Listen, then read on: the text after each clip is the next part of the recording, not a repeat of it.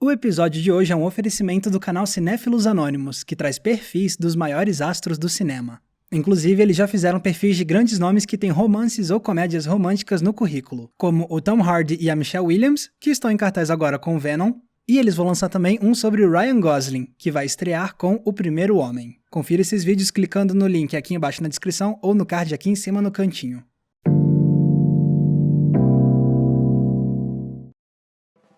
Pouco tempo atrás eu lancei aqui no Entreplanos um vídeo sobre a ascensão e a queda do faroeste. E enquanto eu escrevia esse episódio, eu ficava pensando como deve ter sido estranho viver no período em que os faroestes começaram a sumir das telas. Como deve ter sido esquisito um dia perceber que aqueles filmes, antes tão populares, agora mal chegavam aos cinemas. E foi aí que eu reparei que, na verdade, eu cheguei a testemunhar algo parecido. Porque recentemente eu me peguei pensando: onde foram parar as comédias românticas? Talvez você também tenha notado. Hollywood passou décadas lançando filmes com histórias de amor açucaradas, longas estrelados por alguns dos nomes mais famosos da indústria. E eram dezenas de comédias românticas assim lançadas todos os anos, muitas delas se tornando enormes sucessos de bilheteria. E o que durante anos parecia impensável se tornou uma realidade. Hoje Hollywood quase não faz mais nenhuma comédia romântica. Então, o que foi que aconteceu? O que pode ter levado a esse sumiço do gênero? Será que a comédia romântica morreu? I am done. I don't deserve this. I really do not deserve this. É estranho perceber que a comédia romântica saiu de moda, principalmente quando a gente para pra pensar por quanto tempo ela esteve presente no cinema. Ela surgiu já na época dos filmes mudos, depois sobreviveu à era clássica e à época da nova Hollywood. E então, bem no finalzinho dos anos 80, começou o que muitos chamam de a Era de Ouro da Comédia Romântica. Não necessariamente porque esse tenha sido o período com os melhores filmes do gênero, mas sim porque foi nessa época que Hollywood apostou mais pesado nas comédias românticas. E essa Era de Ouro durou bastante tempo, começando no final dos anos 80, ganhando mais força nos anos 90 e se mantendo como um gênero extremamente popular até o fim dos anos 2000. Durante essas mais de 2 décadas, vimos algumas comédias românticas se tornarem clássicos, enquanto outras eram completamente execradas. Mas, acima de tudo, vimos o gênero render bilhões de dólares todos os anos para os maiores estúdios. Além, é claro, de deslanchar a carreira de vários atores e atrizes. Só que por volta de 2010, as comédias românticas começaram a desaparecer das salas de cinema. O número de lançamentos do gênero foi diminuindo gradativamente até chegarmos ao cenário de hoje, em que é muito raro ver os maiores estúdios lançarem uma daquelas comédias românticas estreladas por grandes astros. Então quer dizer que a comédia romântica desapareceu por completo? Bom, claro que não. De 2010 pra cá, vimos sim alguns filmes desse tipo chegarem aos cinemas. Inclusive temos um exemplo muito recente, Crazy Rich Asians. O longa foi lançado por um dos maiores estúdios de Hollywood, a Warner. E ainda por cima ele se tornou um sucesso estrondoso de bilheteria e de crítica após estrear nos Estados Unidos em agosto passado. March, we've been dating for over a year now, and I think it's about time people met my beautiful girlfriend. Então ok, o gênero não sumiu completamente das telonas. Mas ainda assim, é estranho demais pensar que a gente hoje consegue contar nos dedos as comédias românticas que chegam aos cinemas. E ao perceber isso, é inevitável se perguntar: por que a comédia romântica saiu de moda? A resposta mais óbvia você já deve imaginar qual é: a queda das bilheterias. Dá uma olhada nesse gráfico elaborado pelo G1 no ano passado.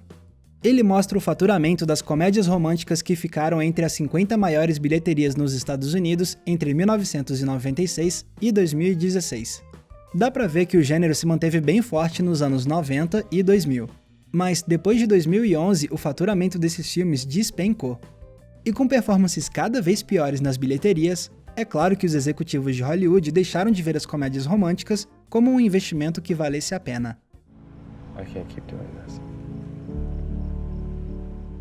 Mas seria simplista demais dizer que a queda nas bilheterias é o único motivo por trás do sumiço das comédias românticas. Existem outros fatores importantes que devem ser levados em conta. Um deles é o fato dos grandes estúdios terem deixado mais de lado os filmes de médio orçamento. Como aponta o site Vox, durante muito tempo os filmes de médio orçamento eram o feijão com arroz dos estúdios de Hollywood, longas que hoje ficariam na faixa dos 60 milhões de dólares. Esses eram filmes capazes de contratar grandes estrelas, mas que não representavam um investimento tão pesado como os filmes mais épicos. Aqueles que hoje sairiam por mais de 100 milhões de dólares. Mas então tivemos um episódio que mudou tudo. A crise econômica mundial de 2008, que afetou todo tipo de negócio, inclusive a indústria do cinema. Então os grandes estúdios de Hollywood precisaram achar formas de ganhar mais dinheiro. E uma das soluções foi apostar ainda mais em filmes que fizessem muito sucesso em mercados internacionais. Algo que a gente já discutiu no nosso vídeo recente sobre o mercado chinês. E quais são os filmes que se saem melhor nos mercados internacionais? Com certeza não são as comédias românticas. Quem realmente se sai muito bem são os grandes blockbusters de altíssimo orçamento. Por conta disso, os estúdios passaram a se focar muito mais em produzir esses longas que, apesar de caríssimos, costumam gerar um lucro exorbitante. Ou seja, se antes os filmes de médio orçamento eram altamente valorizados por Hollywood, agora eles deixaram de ser o foco dos estúdios. E é justamente na categoria de médio orçamento que as comédias românticas se encaixam. O que também ajuda a explicar por que Hollywood passou a produzir menos obras do gênero.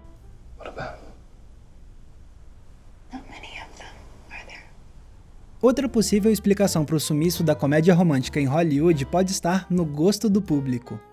Segundo Billy Murnit, autor do livro Writing the Romantic Comedy, chegou um ponto em que as grandes comédias românticas não conseguiram refletir as mudanças na forma como as novas gerações lidavam com seus romances. Como o escritor afirmou em entrevista ao Business Insider, menos pessoas estão se casando ou se casando cedo em comparação com outras décadas. E com a cultura dos encontros via aplicativos e internet, surge uma mudança sutil no que o público procura em termos de comédia romântica. E estudos recentes sobre os Estados Unidos corroboram essas ideias. Em 50 anos, a porcentagem de adultos americanos casados caiu de 72% para 50%. No mesmo período, a idade média no primeiro casamento subiu de 21 para 28 anos de idade. E cresceu para 27% o número de americanos entre 18 e 24 anos que já usaram sites ou aplicativos de relacionamento. Então, de fato, faz sentido que as novas gerações, com sua visão diferente de como deve ser o romance moderno, não consigam mais se identificar tanto com comédias sobre adultos que sonham em encontrar o par perfeito para casar. My little sister's getting married. Before you. That's not what I'm upset about. Já entendemos então que a comédia romântica foi praticamente abandonada pelos grandes estúdios. Mas isso não quer dizer que o gênero morreu. Ele só foi parar em outros lugares. Um dos grandes responsáveis por manter o gênero vivo, por exemplo, é o cinema independente. Algumas das melhores e mais diferentes comédias românticas dos últimos anos vieram justamente de cineastas que trabalham fora dos grandes estúdios. E o prestígio de alguns desses filmes é inegável. Basta ver o ótimo Doentes de Amor, que foi indicado a melhor roteiro original no Oscar deste ano. Yeah, I'm just not that kind of girl. I only have sex once on the first date. Outro lugar onde a comédia romântica tem prosperado é nas séries de TV. Programas como Crazy Ex-Girlfriend, The Mindy Project, Insecure e You're the Worst têm sido elogiados pela crítica e conquistaram legiões de fãs ao longo dos últimos anos. Then that's my fault. E o terceiro grande refúgio das comédias românticas hoje em dia é a Netflix. E não é apenas graças a séries originais como Love e Master of None. O serviço de streaming tem apostado muito em filmes originais de comédia romântica, como O Plano Imperfeito, A Barraca do Beijo, Sierra Burgess é uma Loser e o recente sucesso Para Todos os Garotos que Já Amei. Esse carinho todo da Netflix pela comédia romântica não é à toa, obviamente. Segundo a própria Netflix, mais de 80 milhões de seus clientes assistiram pelo menos um filme romântico no serviço ao longo do último ano. Isso é quase 2/3 da audiência mundial da Netflix. Então é como disse um representante da empresa em entrevista ao site Glamour. É bem simples, queremos produzir mais daquilo que nossos assinantes querem assistir. E temos visto que nossos assinantes ao redor do mundo estão assistindo a muitas comédias românticas. I understand completely. Mas o que explica o sucesso dessas comédias românticas vindas do cinema independente, da TV e do streaming? Provavelmente o fato delas fazerem o que os grandes estúdios não estavam conseguindo fazer: dialogar com as novas gerações. é que essa nova leva de filmes e séries conseguiu se diferenciar da comédia romântica que os grandes estúdios fizeram por décadas nos cinemas. Por exemplo, o site Vulture acertou em cheio ao apontar que, em vez de tramas sobre mulheres obcecadas com a ideia de casar, temos visto histórias em que as relações amorosas servem mais como uma forma de explorar as complexidades psicológicas das protagonistas em suas buscas por identidade própria. Além disso, também temos visto mais obras que não têm medo de representar suas heroínas como mulheres confortáveis em sua liberdade sexual, algo que contrasta muito com a representação clássica da mocinha recatada de comédia romântica. E isso tudo sem contar como as novas obras do gênero têm se provado mais inclusivas e diversificadas com seus elencos. Quando os grandes estúdios faziam comédias românticas, era quase sempre para falar de casais brancos e heterossexuais. Mas as novas comédias românticas quebraram esse padrão, contando não apenas histórias de casais LGBT, mas também de casais de diversas etnias ou até mesmo interraciais. I know, totally, 100%. Então agora a gente já pode dizer com segurança: não, a comédia romântica não morreu. Ela apenas mudou. Mudou de casa, mudou de estrutura e mudou de rosto. Agora estamos não apenas vendo romances mais complexos, mas também romances mais inclusivos. E se o grande sucesso que a Warner teve agora com Crazy Rich Asians nos diz alguma coisa, é que talvez essas novas histórias possam fazer a comédia romântica voltar a brilhar nos grandes estúdios. É o que eu gostaria de ver, pelo menos.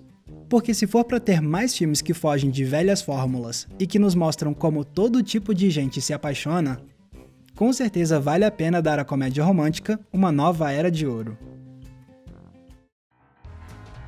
Galera, muito obrigado por terem conferido o episódio de hoje. É a primeira vez que eu faço um vídeo inteiramente dedicado às comédias românticas e eu espero que vocês tenham gostado de investigar o que aconteceu com esse gênero ao longo da última década. E se você é fã de filmes românticos, você precisa conferir os perfis que o canal Cinéfilos Anônimos publicou sobre alguns dos maiores astros que já atuaram nesse gênero. Por exemplo, o André já falou do Tom Hardy, que tem no currículo a comédia romântica Guerra é Guerra. Ele também falou da Michelle Williams, que atuou em diversos romances. E lembrando que ambos astros estão em cartaz juntos agora com Venom. E o André também vai lançar em breve um perfil sobre o Ryan Gosling, que ficou famoso graças a seus filmes românticos e que hoje é um dos atores mais respeitados de Hollywood, graças às suas performances em filmes como Drive, La La Land e seu mais recente filme, O Primeiro Homem.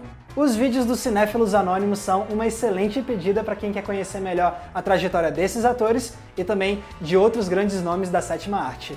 Então, não deixe de se inscrever no canal Cinéfilos Anônimos. Os links estão aqui em cima no cantinho e também aqui embaixo na descrição. Lembrando também que se vocês quiserem me acompanhar nas redes sociais, é só me procurar usando os nomes que estão aparecendo aqui embaixo. E não se esqueçam, é claro, de curtir esse vídeo e se inscrever aqui no Entre Planos para não perder nenhum dos nossos episódios. Mais uma vez, muito obrigado pela audiência, um abraço e até a próxima sessão.